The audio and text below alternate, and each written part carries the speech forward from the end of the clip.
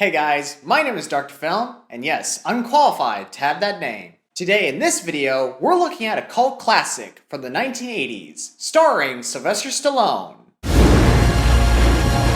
This is where the law stops, and I start.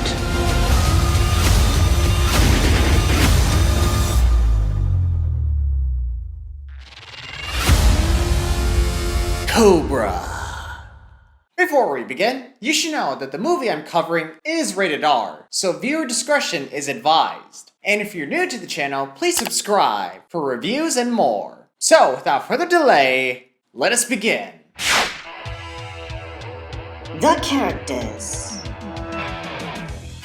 How about we start off with our main character, Marion Cobretti, aka Cobra, played by Sylvester Stallone. While he may come off as the generic tough cop that doesn't play by the rules, he was still memorable, and you can definitely see yourself rooting for Cobra, as he does what he does best, taking out the trash.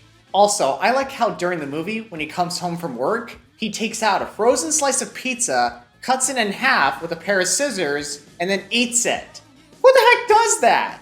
Gosh, he's so cool. I love you. As for the supporting cast, they were good and some of them gave solid performances. And if you must know, I thought Bridget Nielsen's character was pretty alright.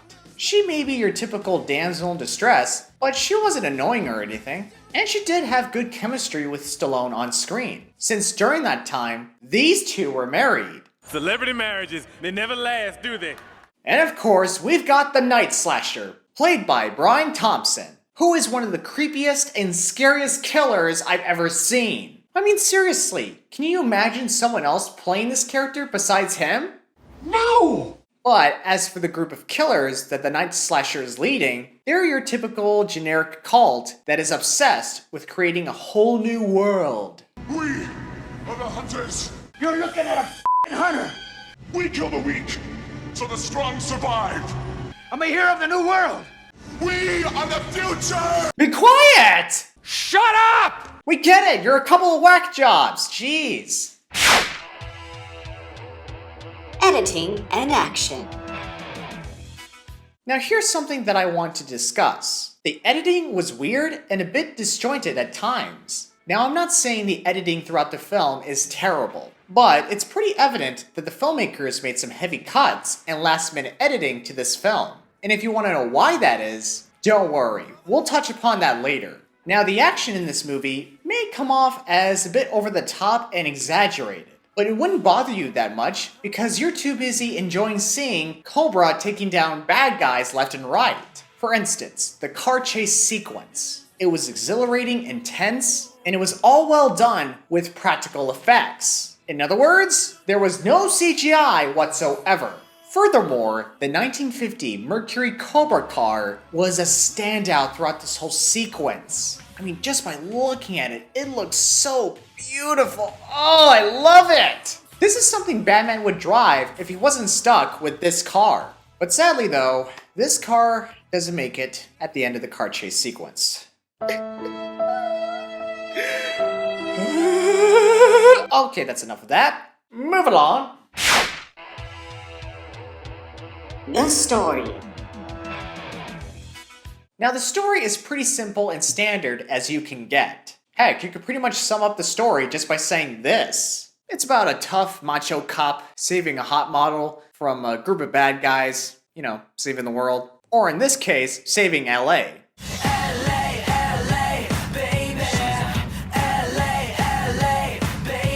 But to the film's little credit, the tone was edgy and it did have this excellent noir atmosphere, making this one distinct from the other cop movies. And you should know that the script initially came from Sylvester Stallone when he was signed to star in Beverly Hills Cop. What? What? Yeah, I'm not joking here. Apparently during his time on Beverly Hills, he revised the script into an action extravaganza with little comedy. But unfortunately, the studio rejected the revised script because their budget wouldn't cover the costs of the action sequences. So they decided to recast Stallone with Eddie Murphy. And Stallone took his original ideas and put them in another script. And eventually, this movie was born. Also, do you remember what I said about the filmmakers making some heavy cuts to this film? Well, let me explain. You see, it turns out the movie was initially over 2 hours long, but they decided to make some cuts because they thought the film wouldn't do so well against Top Gun, which was released 7 days before Cobra came out. And another reason they did it was that they wanted to avoid this film having an X rating. You're too violent. Oh yeah, there was a lot of graphic violence cut out from the movie, which is understandable why they would do it. But if I'm being honest here, the graphic violence in the original cut of this movie can't be any worse than any of the graphic violent movies that we've seen in the past decade. Like what? Gee, I don't know, like John Wick, Deadpool, Deadpool 2. Don't forget Oldboy, Elysium, Sicario, The Revenant, Mad Max Fury Road, Atomic Blonde, Logan. Okay, we're getting too ahead of ourselves. Let's just get to the verdict. Overall, my friends, I can see why many people consider this a cult classic. Now, it's no secret that this movie is not well put together, and it's pretty evident that the production of this movie was in a pretty tough spot. But there are things to appreciate in this movie, such as the style, the action, and Sylvester Stallone as our main lead, who practically carry this movie through thick and thin.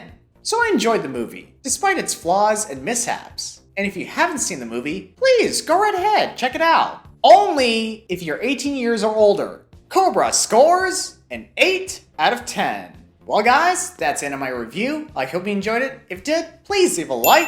And please follow me on Instagram at DrFilmRonSays for updates on my channel. And you can follow me on TikTok for funny videos and trailer reactions. And as always, I will see you guys at our next appointment. Take care. Next time on Dr. Film. They're gonna come at us with everything they've got. We're getting off this island.